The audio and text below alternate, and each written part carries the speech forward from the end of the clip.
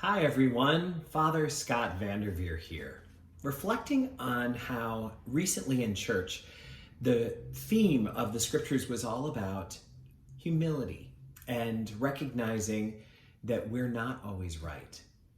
One of the things we looked at there was to look at the times that we have been able to admit that we've been wrong in the past.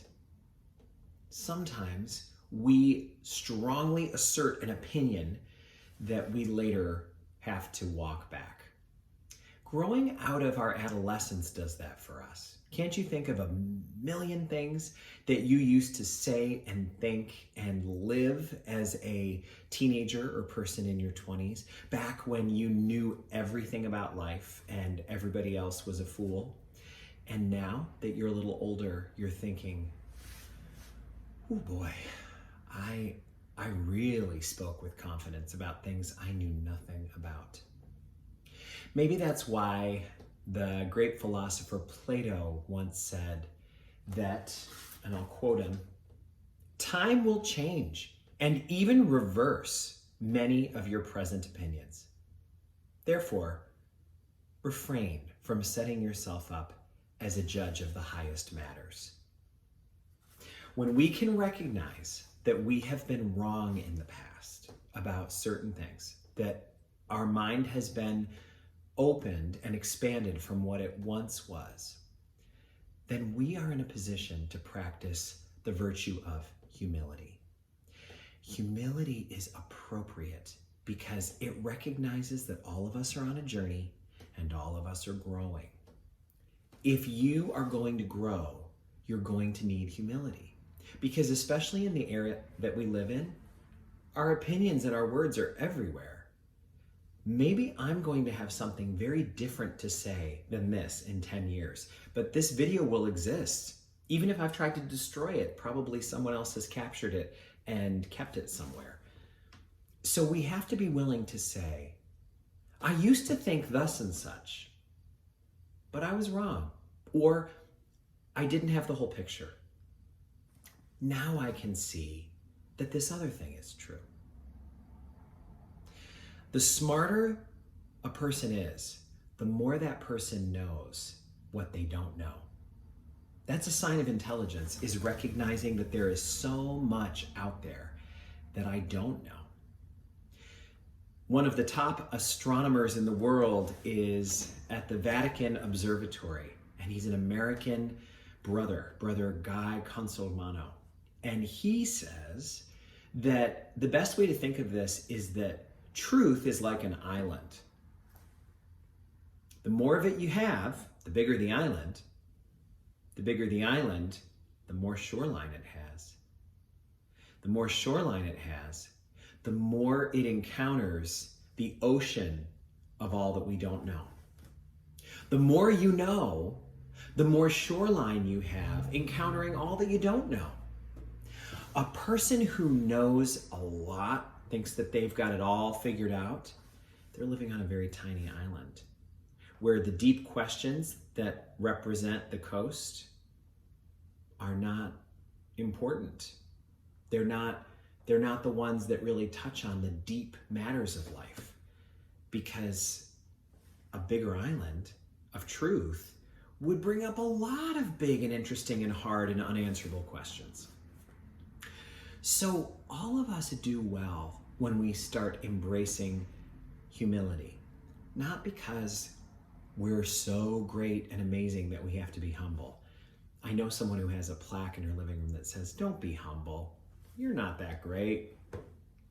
It's kind of a mind puzzle, right? But isn't that funny? Stop acting like you got to be humble. Great people do that. You're not that great. But humility is a virtue that all of us have to practice. Because, well, in the words of St. Augustine, it's the only way to go through this life. St. Augustine was once asked, what's the most important virtue a person can have in this life? And he said humility. And they said, okay, what's the second most important virtue? And they said humility. And they said, what's the third? He said humility. It's so important to be humble. It takes up the first 3 slots. One way to look at humility is that it's just the truth. It's just honest. It is the attitude, the stance that is appropriate for a sinner. Someone who knows, is familiar with their own weaknesses and their own ability to mess up and get confused and say things one day that they have to take back the next day. Those people are well aware that humility is a guide for them, that it is a refuge. It allows them to not have to live up to an unlivable standard. When you are dealing with as many issues and faults and flaws and character defects and sins as I am and as you are, the modesty that's appropriate for us is humility. Shouldn't we be humble with as many issues as we have? I one time saw a sign that said, "You can cancel my subscription. I don't need your issues." Which of course it should have finished by saying, "I have enough of my own." Issues are like tissues. As soon as you deal with one, the next one pops right up. So people like us that have as many issues as we have, we've got to work on being humble, because it is the attitude, the modest attitude that is appropriate for someone who struggles like I do and like you do. So let's talk about a couple of practical things that we could do to try to work on the virtue of humility. One of them is to, in private sometime, sit down with a paper and pen and try to make a list of the times in our life we changed our mind about something because we were wrong. Do you have any things in your life that you used to believe but no longer do because you realized that you weren't seeing the whole picture yet? Are there any things that you said to your parents when you were a teenager that now you realize, oh, I get where they were coming from? Is there any political opinion that you've held and promoted widely that now you realize that really is not appropriate? That's not what my new maturity or my new faith would correspond with. Have you ever given someone advice that you later realized was not good advice?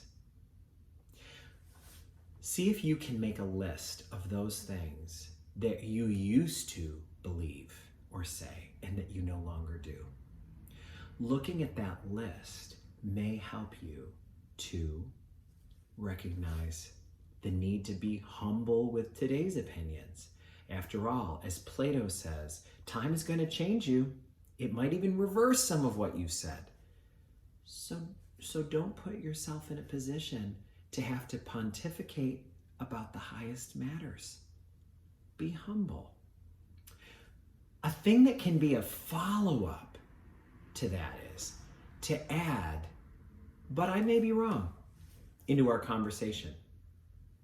Maybe that could sound like, from where I sit right now, I think that we should thus and such, but I may be wrong. Wouldn't you love to have conversations with people who talked like that? From where I sit today, this is how I feel, but I may be wrong. Wouldn't that be a refreshing change of pace to the way that people in our culture have been talking, especially on the news and in social media for so long?